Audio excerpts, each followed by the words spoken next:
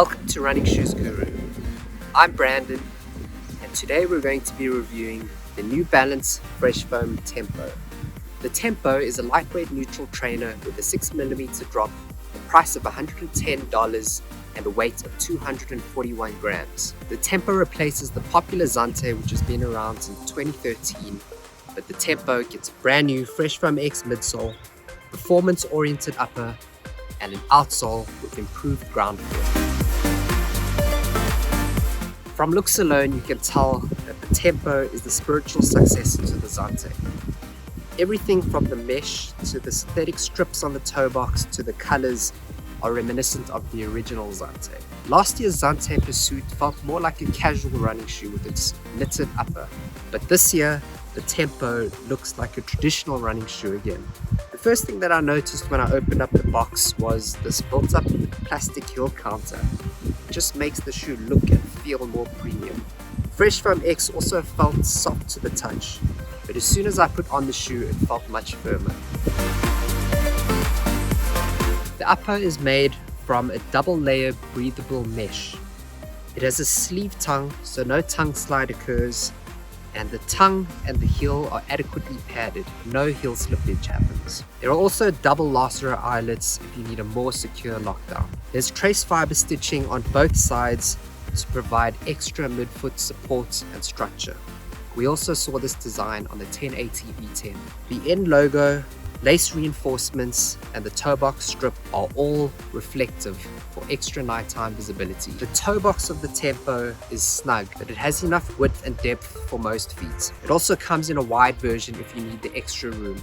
The Tempo is true to size, but it has a snug racing fit so that your foot doesn't move around too much during tempo workouts.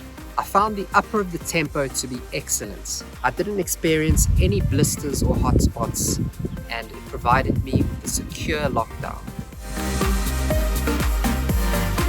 Fresh Foam X is perfectly suited to a shoe like the Tempo, which is meant to go fast. There is no sink in softness, and the forefoot is firm enough to provide an efficient toe-off.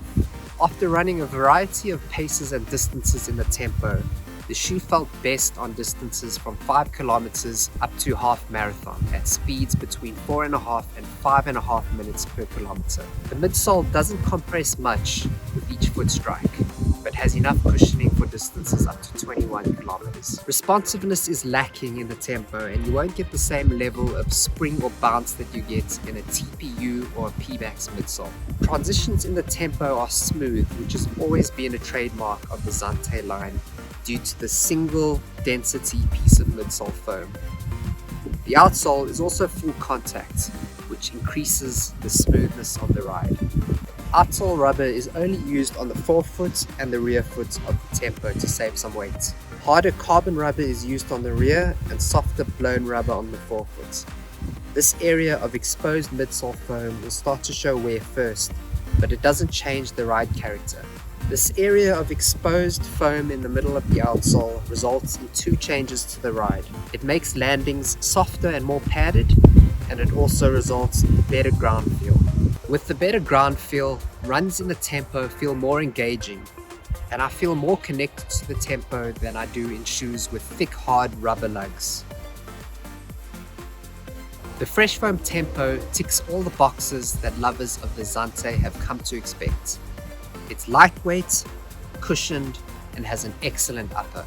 In a world filled with carbon plates and super foams, the Fresh Foam Tempo is nothing special. But what makes the Fresh Foam Tempo so good is that it does everything it's supposed to do, and it does it well.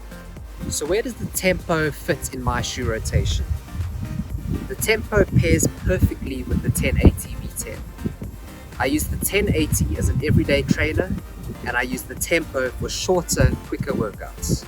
The Fresh Foam Tempo is not a true racing flat, but it blurs the line between everyday trainer and racer. The only change I'd like to see in the next version of the Fresh Foam Tempo is the change from a Fresh Foam X midsole to a Fuel Cell midsole, so that the Tempo becomes slightly more bouncy and more cushioned. Thanks for watching the review.